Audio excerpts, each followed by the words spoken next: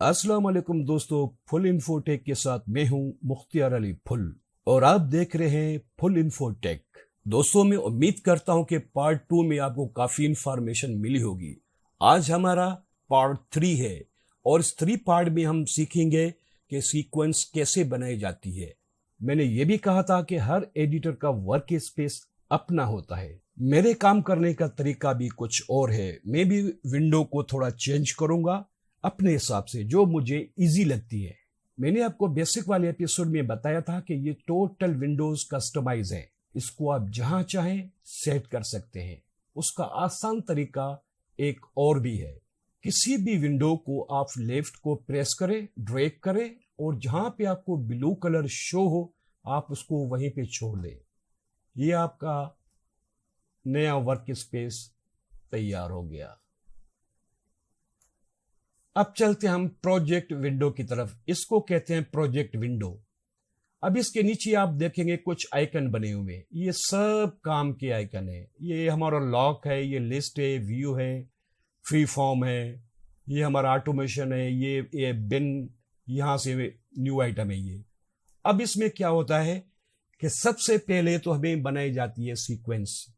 अब सीक्वेंस कितने तरीके से बनती है? सीक्वेंस बनती है 4 तरीके से। नंबर 1, फाइल में जाएंगे, न्यू में, ये सीक्वेंस, यहां से हम नया सीक्वेंस बनाएंगे।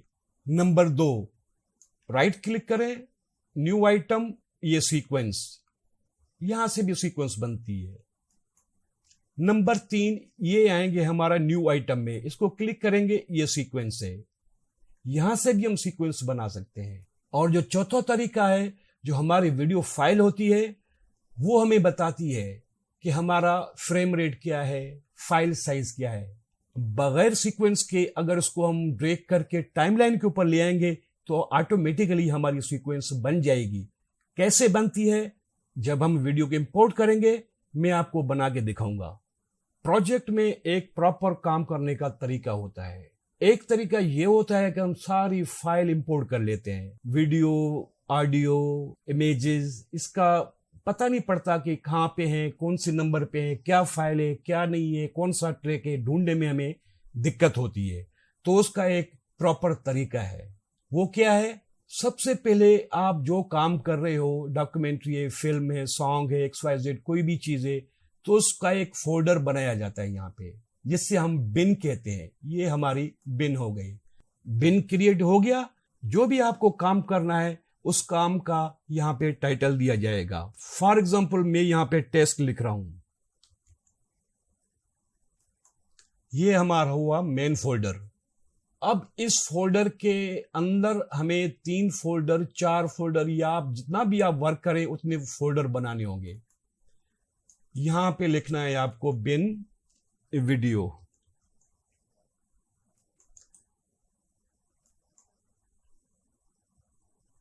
ऑडियो, या म्यूजिक रख लें आप,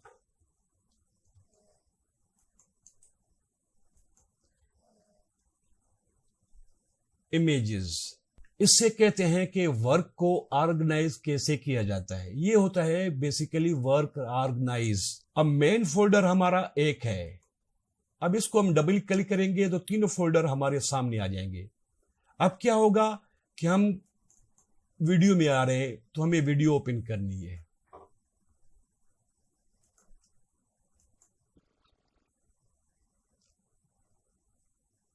ये हमारी वीडियो आ गई। अब आएंगे म्यूजिक में।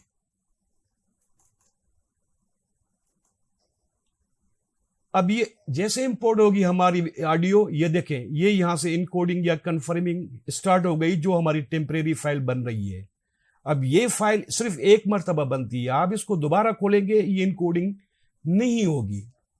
वर्क के दौरान अगर मुझे इमेजेस चाहिए, म्यूजिक चाहिए या वीडियो चाहिए, तो मैं इस फोल्डर को नहीं भी खोलूंगा, यहां ऊपर से इनको क्लिक करूंगा तो हमें वो डेटा यहां पे शो होती रहेगी और यहां से आसानी के साथ में टाइमलाइन पे इंपोर्ट कर सकता हूं।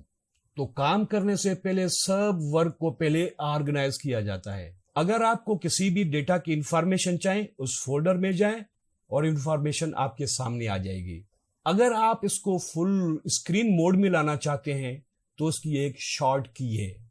कीबोर्ड के लेफ्ट में अल्ट और कंट्रोल के बीच में एक विंडोज का बटन है, उसको हम प्रेस करेंगे टिल्डा के साथ। अब हमारे पास पूरी विंडो फुल स्क्रीन हो गई। अब टोटल की टोटल इंफॉर्मेशन हम यहां से ले सकते हैं।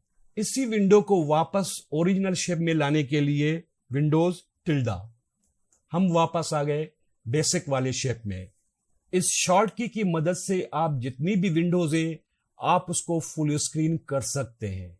मेरे ख्याल में आपको पता चल चुका होगा कि सबसे पहले वर्क को ऑर्गेनाइज कैसे किया जाता है। एक और बात, अब ये जो मूड है हमारा, ये हमारा लिस्ट मूड। हम जब आइकन व्यू में आएंगे तो हमें फोल्डर कुछ इस तरह से नजर आएंगे। फ्री फॉर्म में हमारा मूड ये होगा।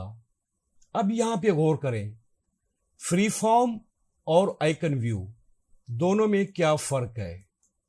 आपको फर्क नजर आ रहा है? दोनों ही में फोल्डर है, लेकिन दोनों का अलग अलग काम है।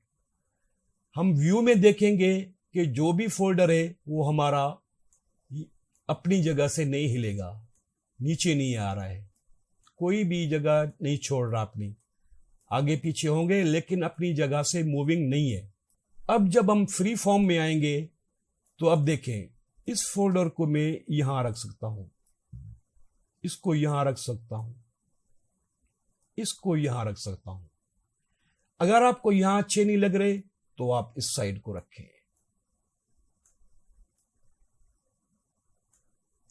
यह है फर्क फ्री फॉर्म और आइकन व्यू का। अब आते हैं इस छोटे से लॉक की तरफ। लॉक और अनलॉक, इसका क्या काम है? इसका काम यह होता है कि जब हम इसको लॉक करेंगे तो हमारा जितना भी डेटा होगा वो लॉक हो जाएगा, और कोई भी एक भी वीडियो, ऑडियो, इमेज को हम टाइम लाइन पे भी नहीं ला सकते क्योंकि वो लॉक है। वो यहां तक क्लियर।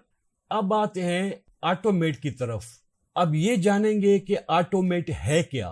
फिलहाल मैं आपको थोड़ी सी इसके बारे में इंफॉर्मेशन दे रहा हूं, लेकिन पूरा वर्क आगे सीखेंगे कि ऑटोमेट कैसे होता है। एक हमारा ऑडियो ट्रैक है, उसको हम इंपोर्ट करेंगे पहले टाइमलाइन पे, म्यूजिक को प्ले करेंगे और उस पर मार्क करेंगे। जहां जहां हमें बीट चाहिए वहां वहां मार्क करते जाएंगे हम। जब मार्क हमारे कंप्लीट हो जाएंगे तो हम इमेजेस में आएंगे, सिलेक्ट ऑल करेंगे और ऑटोमेट करेंगे, तो जहां जहां हमने बीट बनाई थी ऑटोमेटिकली वहां पे आ जाएंगे। ऑटोमेट का ये है फायदा। अब चलते हैं सीक्वेंस की तरफ के सीक्वेंस बनते कैसे है। यहां के आइटम में आएंगे, ये सीक्वेंस क्रिएट करेंगे। अब यहां गौर करें, ये जितने भी प्रीसेट हैं ये प्रीमियर के डिफॉल्ट प्रीसेट हैं। ये प्रोफेशनल प्रोडक्शन में जो कैमरे यूज होते हैं उनमें ARRI Alexa, Red Epic, Blackmagic, ये वो बड़े बड़े कैमरे हैं जो फिल्म में और कमर्शियल में यूज होते हैं। प्रीमियर की ये खास बात है कि इन कैमरों के प्रीसेट भी यहां दे रखे हैं, एरे, रेड। काफी प्रोडक्शन में एचडी कैमरा भी यूज किया जाता है। अब एचडी कैमरा में और डीएसएलआर में क्या फर्क है ये हम आगे जानेंगे।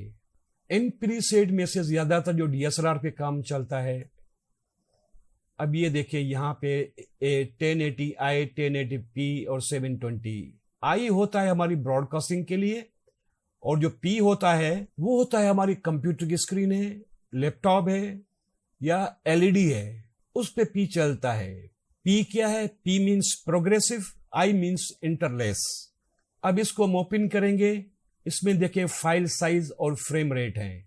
जो फिल्म की रिकॉर्डिंग होती है वो 24 फ्रेम पर सेकंड के हिसाब से होती है।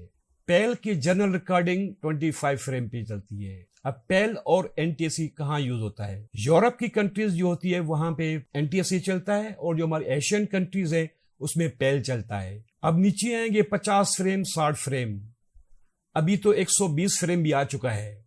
अब ये 50, 60 और 120 फ्रेम यूज कहाँ होते हैं?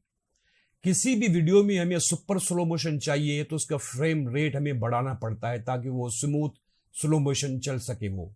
तो आज हम सीक्वेंस बनाएंगे 25 फ्रेम पे। ये हमारी सीक्वेंस बन गई, यहां टाइमलाइन हमारी ओपन हो गई। अगर हमें कोई कस्टम सीक्वेंस बनानी है तो सबसे पहले सीक्वेंस में आएंगे, सीक्वेंस सेटिंग। अब एक और विंडो आ गई हमारे सामने, अब यहां पे गौर करें, ये है कस्टम सेटिंग। अब ये कस्टम सीक्वेंस की जितनी भी सेटिंग है, ये और ये जो हमने सीक्वेंस बनाई थी डिफॉल्ट में, वो बिल्कुल सेम है। जो सीक्वेंस हमने क्रिएट की थी 1080 की, अब यही फाइल साइज हमें सेम मिल रही है यहां पे भी। इसके नीचे आएंगे पिक्सल एस्पेक्ट रेशियो। अब इसके अंदर काफी एस्पेक्ट रेशियो हैं जो आगे चल के सीखेंगे। ये है हमारा फ्रेम रेट कि हमें जो 1080 सीक्वेंस बनाई थी उसका फ्रेम रेट था 25 फ्रेम पर सेकेंड। अब आते हैं ऑडियो पे, और यहां लिखा हुआ है चैनल फॉर्मेट। चैनल फॉर्मेट का क्या मकसद है?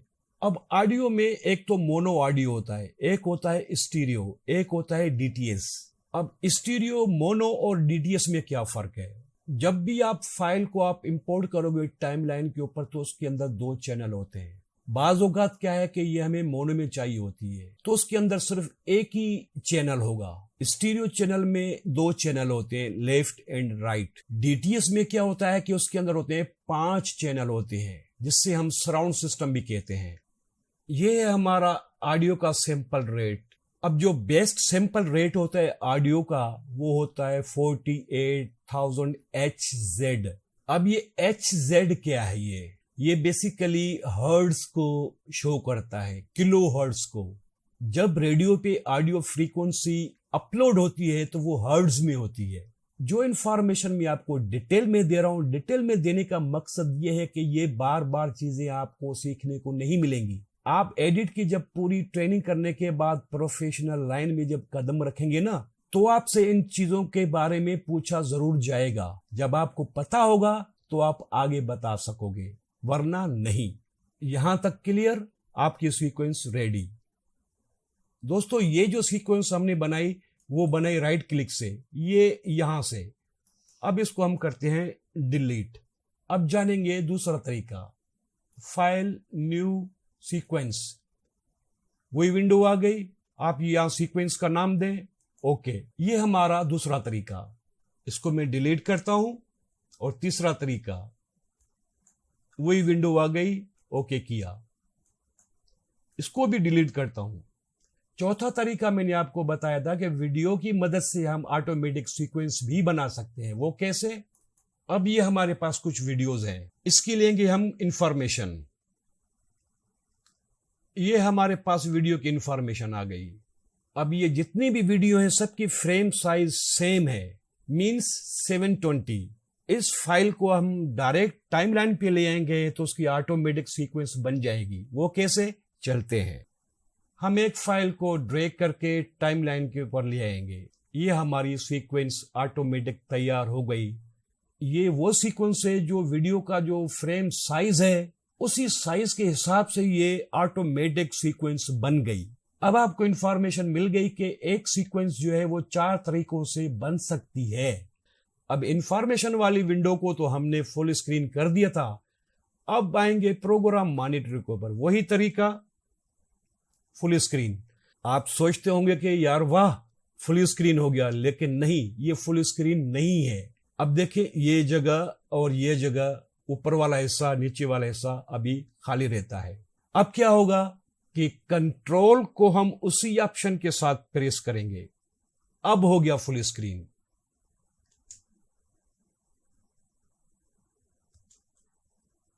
यहां तक क्लियर? अब चलते हैं इस विंडो की तरफ। ये है मीडिया ब्राउजर। इसमें यहां आप देखेंगे कुछ फोल्डर बने हुए हैं, कुछ प्रीसेट बने हुए हैं। Preset, Lumetri preset, audio effect, audio transition, video effect, video transition. Video clip के ऊपर जब हम कोई ट्रांजिशन या ग्रेडिंग करेंगे तो उसकी सारी सेटिंग हमें यहां से करनी होगी। यहां तक क्लियर? दोस्तों, अक्ल कुल खुदा की जात है। मुझे जितनी नॉलेज है मैं आप तक पहुंचा रहा हूं और पहुंचाता रहूंगा। अगर मैं ये चाहता तो आपको 2 मिनट के अंदर भी समझा सकता था। ये बेसिक वाली नॉलेज बहुत जरूरी है। आप कहीं भी जाओगे, किसी के पास भी जाओगे, तो काम यहीं से स्टार्ट होगा। बस फर्क सिर्फ इतना होता है कि बताने का, सिखाने का, पढ़ाने का हर किसी का तरीका अपना अपना होता है। मैं कोशिश कर रहा हूं कि इतनी काम में आसानी पैदा करूं कि आपको कोई तकलीफ ना आए। लेकिन वो तरीका किस काम का जिससे आप कुछ समझ ना सके। जो एक कंप्लीट एडिटर होता है उसको इन चीजों का पता होता है।